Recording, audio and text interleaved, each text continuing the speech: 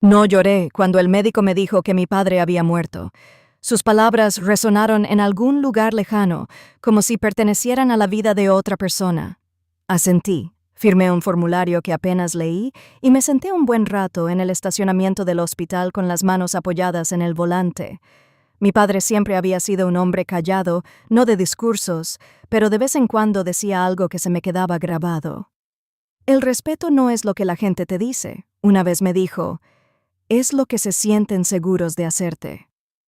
En ese momento, no entendí por qué lo dijo. Ahora sí. El camino a casa fue extrañamente tranquilo. Me dolía el pecho, pero las lágrimas no llegaron. El duelo fue más lento de lo que esperaba, como la niebla en lugar de una tormenta. Cuando entré en el camino de entrada, lo primero que noté fue la puerta principal abierta. Luego, voces, cajas, maletas. Por un momento pensé que me había equivocado de casa. Mi suegra estaba en el pasillo con un rollo de cinta adhesiva en la mano. Mi cuñada estaba arrodillada junto a una maleta, doblando ropa que reconocí inmediatamente como mía. Ambas levantaron la vista cuando entré. Ninguna parecía sorprendida. Mi marido apareció desde el salón. Sonreía, no con amabilidad, sino más bien como alguien que esperaba ser escuchado. «Bueno», dijo con ligereza, extendiendo las manos, «has vuelto». Me quedé allí de pie, con el abrigo puesto, la pulsera del hospital aún en la muñeca. «Mi padre murió hoy», dije. Él asintió como si reconociera un pequeño problema de agenda. «Sí, ya lo sé». Luego se apoyó casualmente contra la pared. «Mira, deberíamos hacer esto rápido. Empaca tus cosas. Me estoy divorciando de ti, así que tienes que irte». Las palabras quedaron suspendidas en el aire con una extraña seguridad ensayada. Detrás de él, su madre seguía sellando una caja. Mi cuñada ni siquiera se detuvo, doblando el suéter que tenía en el regazo. Era como si mi partida ya estuviera acordada. Los observé un momento. 3 personas reorganizando mi vida mientras yo estaba en un hospital despidiéndome de mi padre. Y aún así, algo dentro de mí permaneció muy tranquilo. Ni ira, ni conmoción, solo reconocimiento. Así que así es como sucede. Mi esposo malinterpretó el silencio. «No lo hagas difícil», añadió, con un tono suave pero condescendiente. «Puedes llevarte tus cosas personales. Ya resolveremos el resto después». Nosotros, como si alguna vez hubiera estado incluida en esa palabra, me quité la bolsa del hombro y la dejé en la encimera de la cocina. La casa olía a cartón y polvo, la casa de mi padre, aunque pocas personas en esa habitación lo entendían todavía. Meses antes, mi padre había insistido en que revisáramos los documentos de su herencia. Se había debilitado, pero su mente seguía lúcida. «Necesitas saber exactamente qué te pertenece», dijo. En ese momento pensé que se refería a algún día, pero mi padre nunca confió en algún día. Esta casa había sido puesta en un fideicomiso años atrás, silenciosamente, legalmente, cuidadosamente. Mi esposo siempre había creído que era nuestra. Nunca lo fue. Esa misma mañana, antes de la llamada del hospital, había firmado los documentos finales, transfiriendo la propiedad completamente a mi nombre. La carpeta seguía en mi bolso. Mi marido se separó de la pared. «Bueno», dijo impacientemente, «¿no vas a empezar a empacar?» Lo miré.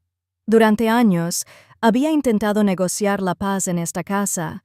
Había intentado explicar pequeñas humillaciones, había intentado reducir el conflicto hasta que desapareciera. Mi padre lo había visto suceder sin interferir, pero lo notaba todo. El respeto no es lo que la gente te dice, es lo que se sienten seguros de hacerte.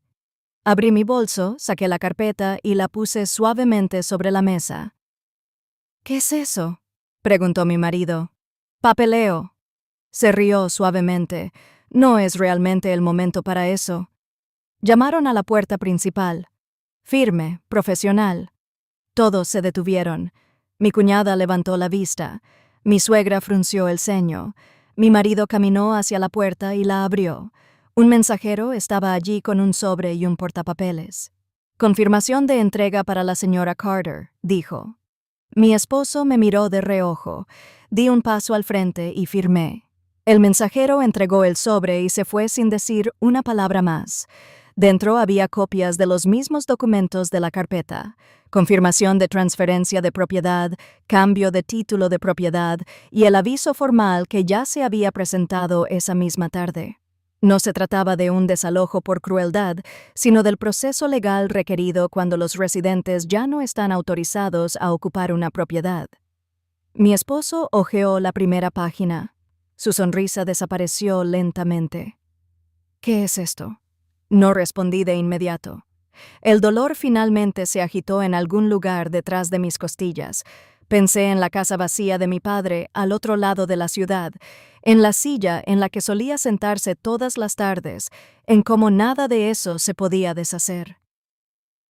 Esta casa, dije en voz baja, siempre ha sido parte de la herencia de mi padre. Mi suegra se acercó. Eso no es posible. Sí lo es. Deslicé los documentos hacia ellos. La transferencia se finalizó hoy. La habitación quedó en silencio. Mi esposo volvió a hojear las páginas, como si el significado pudiera cambiar la segunda vez. ¿Estás diciendo? Digo que no necesitas empacar mis cosas. Miré las cajas apiladas en el pasillo. Tendrás que empacar las tuyas. Nadie habló. La confianza que había llenado la habitación antes se desvaneció sin drama. Mi esposo miró los documentos como si intentara discutir con la tinta misma. No alcé la voz.